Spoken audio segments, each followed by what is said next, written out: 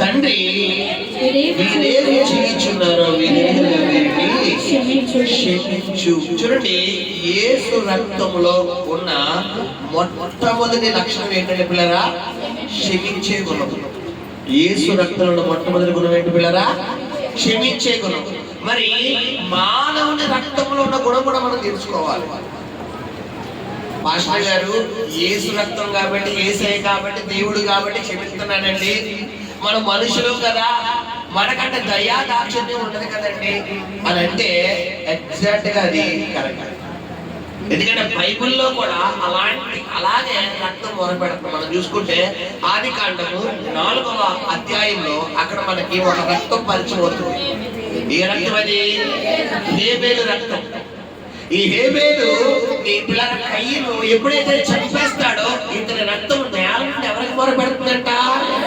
దేవునికి మొరపెడుతుంది. ఏమని మొరపెడుతుంది మనం చూసుకుంటే ఆదికాండము 4వ అధ్యాయం 3 10వ చదువు.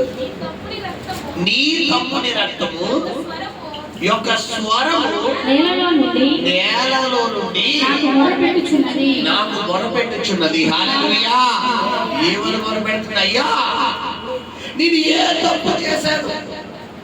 నేను జ్యేష్ఠత్వాన్ని, నేను క్రొవ్విన దానిని, నేను జ్యేష్ఠ ఫలాన్ని, క్రొవ్విన ఫలాన్ని, శ్రేష్టమైన అర్పణను నీకు అర్పించడమే నేను చేసిన పొరపాట. నేను ఏ తప్పు చేశానని నా అన్న నన్ను చంపేశాడయ్యా. ఒక్కసారి నా అన్నకు కూడా నువ్వేం చెయ్యి? తీర్పు తీర్చని. మనుషుని రక్తం ఏం చేస్తుంది? ప్రతీకారం కోరుకుంటుంది. మనుషుని రక్తంలో పిల్లరా ప్రతీకారం ఉంటుంది. బట్ యేసు రక్తంలో ఏముండదమ్మా? ప్రతీకారం ఉండదు. హల్లెలూయా, హల్లెలూయా. ఎంతలా క్షమించే రక్తం అంటే నేను మీకు ఇట్లా వివరించాను కదా,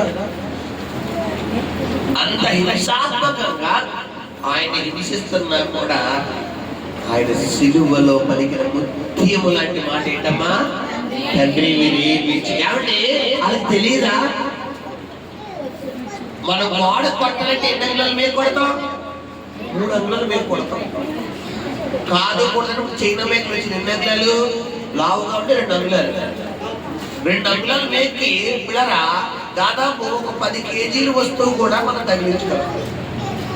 ఒక 20 కేజీలు మనం కూడా తగిలించగలం 2 అంగుళాలు మేకి. ఎన్ని అంగుళాలు కొట్టారమ్మా? చేతులకి 6 అంగుళాలు, కాలుకి ఎన్ని అంగుళాలు కొట్టారు? 11 అంగుళాలు. ఎందుకంటే డబ్బులు మన భాషలో చెప్పాలంటే ఇంత లావు ఉంది. అది తెలిసేసారా తెలియక చేసారా? తెలిసే. కొరడా అంటే మామూలుగా కొట్టినట్టు కూడా అనుకోవచ్చు. చరిత్రకారులు చెప్తున్నారు ఒక కొరడా దెబ్బకి 100 గ్రాముల నుంచి 150 గ్రాముల మాసం బయటకు వచ్చింది. ఆ కొరడా కూడా ఎలా తయారు చేసిందని మీకు తెలియపరిచారు. ఇది కూడా తెలిసి చేసినా తెలియక చేశారా? పిల్లరా ముళ్ళు 1.5 ఇంచెస్ అంటే 1.5 అంగుళాలు ఇంచెస్ ఉన్నటువంటి ఆ ముళ్ళును ఆ శిరస్సు మీద పెట్టి చెక్కతో కొడితే ఆ ముళ్ళు నరాల్లోకి దిగిపోతే ఆ రక్తం కంట్లో పడితే గోపు మీద కొట్టి నేను కొట్టిన వాడు ఎవడో, నేను గోపు మీద కొట్టిన వాడు ఎవడో ప్రవచించన్నారంట. తెలిసి చేశారా తెలియక చేశారా? ఆ యొక్క చెమికీలు క్రోట్ యాప్రాన్ ఏదైతే అది ఒంటి మీద ధరించి, ఆ ఉదారపు వస్త్రాన్ని ఒంటి మీద ధరించి సిలువ వేస్తే ఏం చేస్తారు పిల్లరా? ఆ చెమికీల ఆనందం అది కదులుతున్నప్పుడు, రఫ్ అవుతున్నప్పుడు ఆనందాన్ని చూస్తున్నారు. తెలిసి చేస్తారా తెలియక చేశాడా? చెప్పాలి. మొక్కం మీద ఉమ్మేస్తున్నారు. నిన్ను నువ్వు రక్షించుకోవాలి, నువ్వు ఎవరిని ప్రజలు రక్షిస్తావా అని అంటున్నారు. హేళ చేస్తున్నారు, అవమానపరుస్తున్నారు, గేలి చేస్తున్నారు, ఎట్టగారిస్తున్నారు, పిడిగుద్దులు గుద్దుతున్నారు, ప్రక్కలో పల్లెల్లో పడుతున్నారు. తెలిసి చేస్తున్నారా తెలియక చేస్తున్నారా? తెలిసే. కానీ యేసు ప్రభు వాళ్ళ గుణం ఏంటమ్మా? క్షమించే గుణం. హల్లెలూయా. ఈరోజు క్రైస్తవుడైన నువ్వు ఎందుకు క్షమించలేకపోతున్నావు? దేవుడు నమ్ముకున్నాడని చెబితే కుదరదమ్మా. నువ్వు క్రైస్తవుని చెప్పుకుంటే కుదరదు. నువ్వు క్షమించే గుణం ఉండాలి. నీలో క్షమించే గుణం ఎప్పుడైతే ఉండగలుగుతానో అప్పుడే ఆ మొదటి మాట నీ జీవితంలో నువ్వు నెరవేర్చవచ్చు. ఎందుకంటే చాలా మంది పిల్లరా ఎన్నిసార్లు క్షమించాలంటే ఎన్నిసార్లు క్షమించాలి? ఏదో ఒకసారి 2 సార్లు అర్థమా అదే పనిగా చేసుకుంటే పోతే రాకపోతే విసుగు రాదండి, రాకూడదు. పేతురు యేసుప్రభు వారు ఏమన్నారు? పేతురు అడుగుతారు, అయ్యా ఎన్నిసార్లు క్షమించబడి? పేతురు ఏమన్నారు? యేసుప్రభు వారు 70 సార్లు క్షమించారు. ఒకసారి 2 సార్లు ఎందుకల్లమ్మా? 70 సార్లు. 70 అంటే ఏంటి? నరుడు ఆయుష్ 70 సంవత్సరములు అధిక బలమున్న ఎడలా అంటే ఏంటి? జీవితాంతం క్షమించు. నీ భర్త అయినా, నీ భార్య అయినా, నీ బిడ్డలైనా, నీ తల్లి అయినా. చాలా మందికి 1-2 సార్లు చేస్తే ముడిత చేత వచ్చేద్దమ్మా.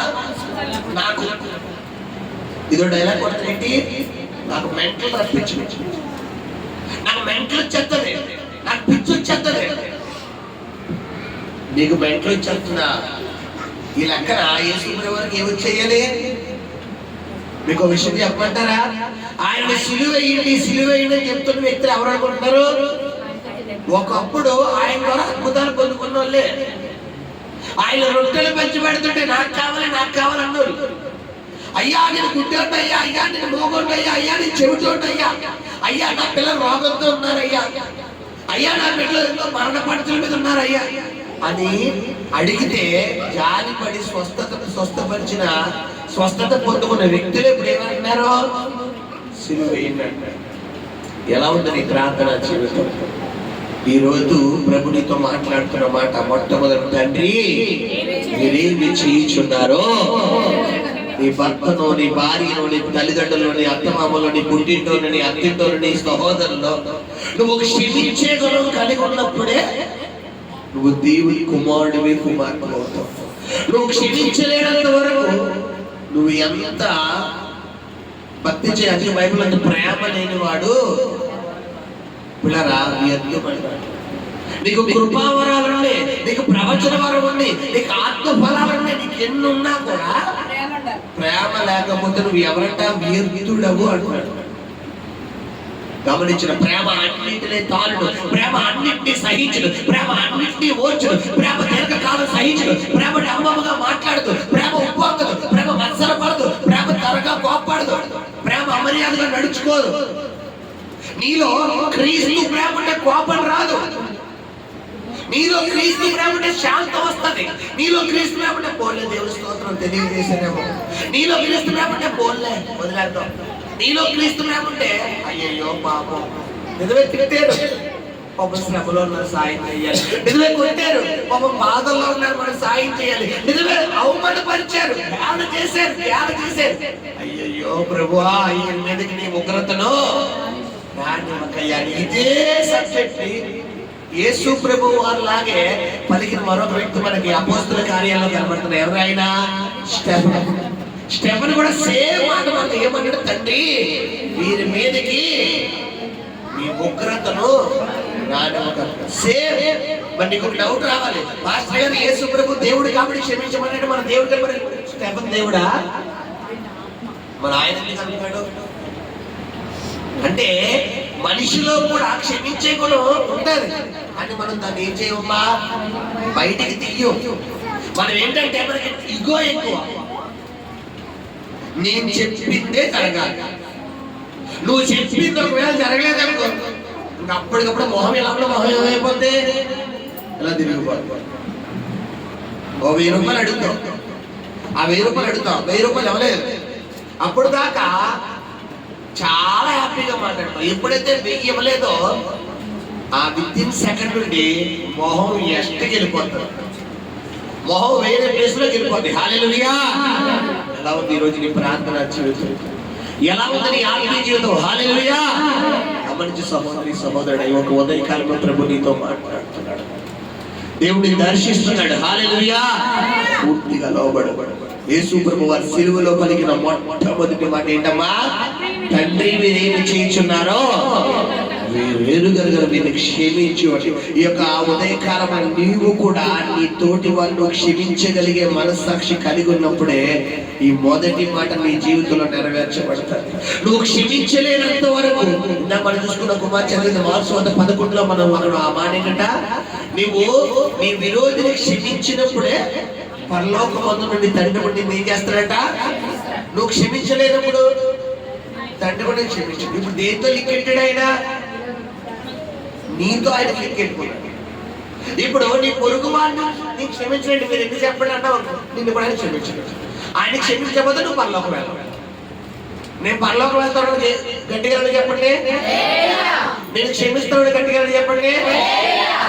మనస్ఫూర్తిగా నువ్వు పరలోకం వెళ్ళాలంటే మనస్ఫూర్తిగా క్షమించాలి. ఎందుకంటే చాలా మంది పైకి క్షమిస్తారు, లోపల మాత్రం ఆ క్షమాపణ అనేది ఉండదు. అవకాశం కోసం చెప్తారు.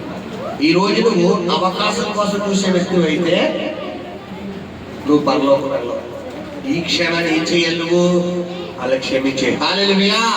క్షమిద్దాం, దేవుని కార్యాలు పొందుకుందాం. ప్రార్థన. పరిశుద్ధుని స్తోత్రం నాయనా.